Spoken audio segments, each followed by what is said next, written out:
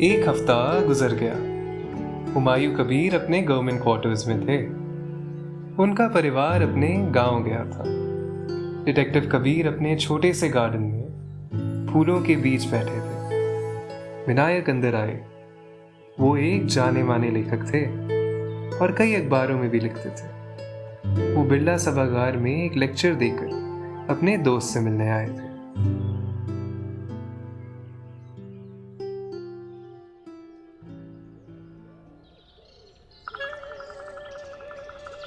आओ विनायक आओ, क्या लोगे?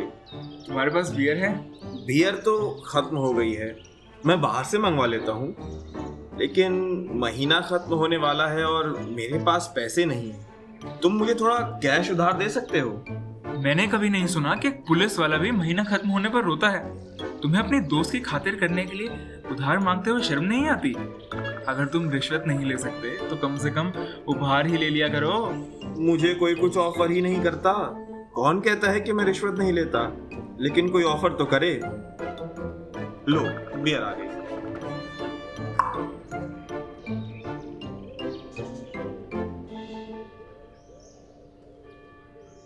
मैं तुमसे कुछ पूछना चाहता हूं। तुम पूरी इंटेरोगेशन में मौजूद थे। लक्ष्मी को लेके तुम्हारा क्या विचार है? मुझे उसकी कहानी में कुछ नया नहीं लगा। मैं बस ये सोच रहा हूँ कि वो हमसे बार बार झूठ क्यों बोल रही थी। अगर ये लड़की झूठ नहीं बोल रही थी तब भी इसकी कहानी में कई गैप्स थे। सुनना चाहोगे? हाँ जरूर। पहला, लक्ष्मी एक हाउसवाइफ है। उसके पति ने उसे जाने की इजाजत कैसे दी? उसने तो लक्ष्मी को 5 रुपए भी दिए। गांव की लड़कियों के लिए ऐसी आजादी कहाँ ही लिखी है। उसकी सासू माँ ने भी मना नहीं किया। हो सकता है कि उन दोनों ने लक्ष्मी को घर से निकालने की साजिश रची हो। पर वो ऐसा क्यों करेंगे? इंसान अजीब होते हैं मेरे दोस्त। जब घर का एक सदस्य खो जाए तो उसे ढूंढने के लिए गांव वाले बहुत मशक्कत करते हैं। गांव वालों को भी पता है कि पुलिस के पास कंप्लेंट दर्ज करानी होती है, लेकिन इन्होंने ऐसा कुछ नहीं किया। पिछले 1 साल में सिर्फ शरीफा बीबी के गुमशुदा होने की कंप्लेंट है, लक्ष्मी की नहीं। और मुझे लगता है कि ये लड़की शरीफा नहीं है और ये इतनी चालाक भी नहीं है कि अपनी पहचान छुपाए। विनायक, मुझे लगता है कि लक्ष्मी के पति और उसकी सासू माँ ने उसे बेच दिया है। मुझे भी ऐसा ख्याल आया था। हालांकि वो 35 साल की है, शायद उसके अच्छे बदन का अच्छा दाम मिला होगा। पर कबीर, हमें ये जानना है कि उन्होंने ऐसा क्यों किया। वो गरीब परिवार के हैं, लेकिन इतने गरीब भी नहीं। एक सिगरेट दो विनायक, बदले में मैं तुम्हें एक क्लू देता हूं।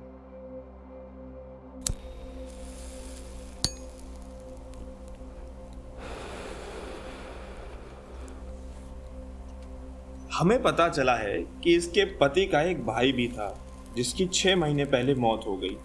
उसकी कैंसर से मौत हुई थी। मतलब इन्हें उसके इलाज के लिए बहुत सारे पैसे चाहिए थे। हाँ, इसके पति की फिक्स सैलरी थी। वो कैंसर के इलाज के पैसे नहीं भर पाता। मुझे लगता है कि उसके इलाज के पैसों के लिए इन्होंने लक्ष्मी को बेच दिया। गांव वालों को लगता है कि लड़की चली गई तो दूसरी आ जाएगी, पर घर का लड़का नहीं जाना चाहिए। और शायद इसी वजह से लक्ष्मी साल भर एक जगह से दूसरी जगह भटकती रही। उसकी किस्मत फिर भी अच्छी है जो उसे बाकी लड़कियों की तरह प्रोस्टिट्यूशन में नहीं जाना पड़ा। उसकी स्टेटमेंट से मुझे लगा कि वो सूरज को पसंद करती थी। अगर वो नहीं मरा होता तो शायद लक्ष्मी उसी के साथ रहती। तुम एक लेखक हो विनायक, अगर तुम इसकी कहानी को लिखते तो तुम इसे कैसे खत्म करते?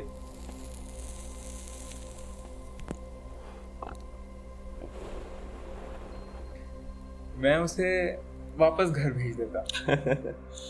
विनायक मेरे दोस्त, जिंदगी तुम्हारे साहित्य की तरह सुलझी हुई नहीं है।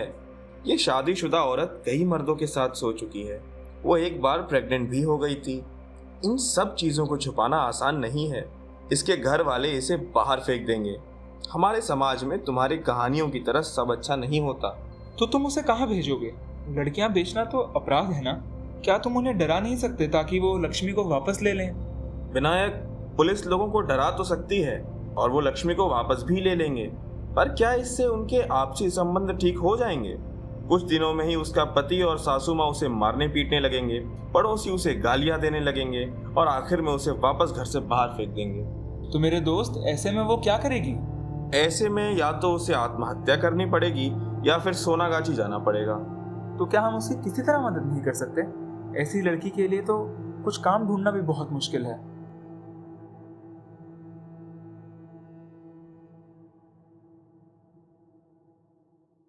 तुम मुझे बताओ लेखक, तुम क्या करते?